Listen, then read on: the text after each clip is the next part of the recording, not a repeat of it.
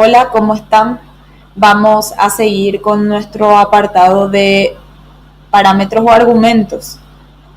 Como habíamos dicho en el video anterior, empezamos con el paso de parámetros por referencia.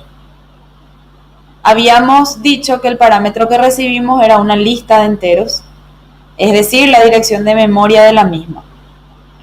La línea en donde invocamos la función tiene el siguiente prototipo, que es igual al del paso de parámetros por valor. En Python no es necesario anteceder el parámetro con ningún símbolo como en otros lenguajes de programación, ya que si el mismo es de un tipo de dato mutable, siempre el paso se hace por referencia. La función que invocamos es la siguiente, def sub 1, que recibe una lista como parámetro y lo que hace es imprimir el valor antes de la modificación dentro de la subrutina, luego modifica y vuelve a imprimir el valor después de la modificación. La variable lista, al ser enviada, tiene el valor a, e, i, o, pero al llegar a la función es declarada como variable perteneciente a ella en la primera línea, que es el encabezado del procedimiento. El valor actual es el mismo que el del módulo llamador, porque estamos trabajando con la variable con una variable compartida entre ambos, el llamador y la función. Se comparte la dirección de memoria, que es el factor que define a un identificador en el ámbito de la programación, recurriendo a la analogía de que puede existir una persona llamada Ana Prieto Fernando de la Mora, una sola persona. Podemos decir que existe una sola variable lista compartida entre ambos módulos, el principal y la función invocada.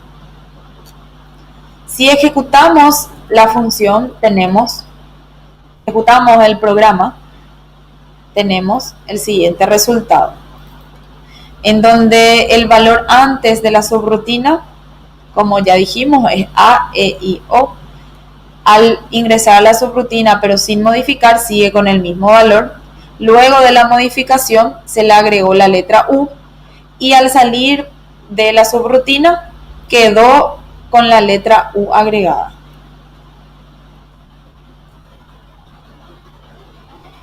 Es de notar que la modificación del valor en la función, que se refleja en el módulo principal al retornar de la llamada, también es importante resaltar que ambas variables, la del llamador y la del llamado, ocupan la misma dirección de memoria en ambos ámbitos.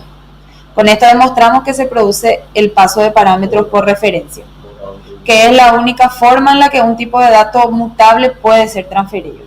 Yendo a otro tipo de dato mutable, vamos a ver el ejemplo con un diccionario, en donde tenemos el siguiente código. En este caso, nuestra subrutina se va a llamar sub02, donde le pasamos diccionario y tenemos el mismo procedimiento que en el anterior. Tenemos un diccionario inicial que se imprime, luego le agregamos un elemento a nuestro diccionario y volvemos a imprimir. En la ejecución tenemos el siguiente resultado. Antes de la subrutina tenemos este diccionario con 3 elementos.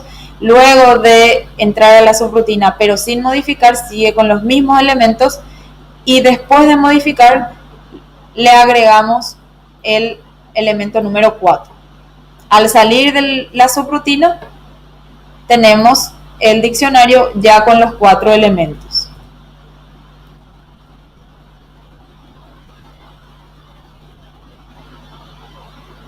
Lo que realmente transferimos es la dirección de memoria donde se inicia este diccionario, es decir, el elemento con el índice 0. Como acabamos de ver, esto implica un paso de parámetro por referencia. Los dos aspectos que hacen al paso de parámetro por referencia se cumplen en este caso y en el anterior. La dirección de memoria es la misma y el cambio en el valor de un elemento dentro de la función se refleja en el módulo llamador.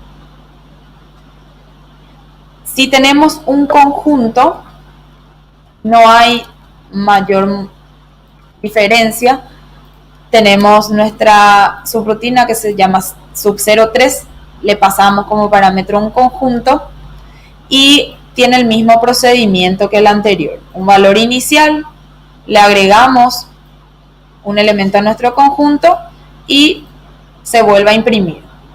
Al ejecutar tenemos el siguiente resultado. Antes de la subrutina tiene 3 elementos. Dentro de la subrutina sin modificar sigue con los 3 elementos.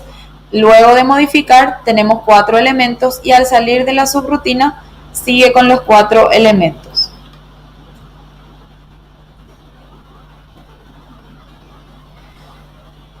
Es importante tener en cuenta que la variable en el llamador y en el llamado usa la misma dirección de memoria y que el cambio en el valor de este último ejemplo, que es conjunto, se refleja en el ámbito del módulo invocante.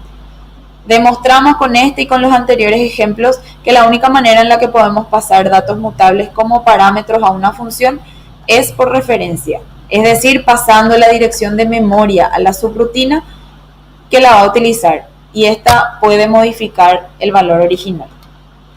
Eso es todo por nuestro apartado de ámbito de parámetros o argumentos y en el siguiente video vamos a profundizar en el ámbito de las variables e identificadores. Muchas gracias.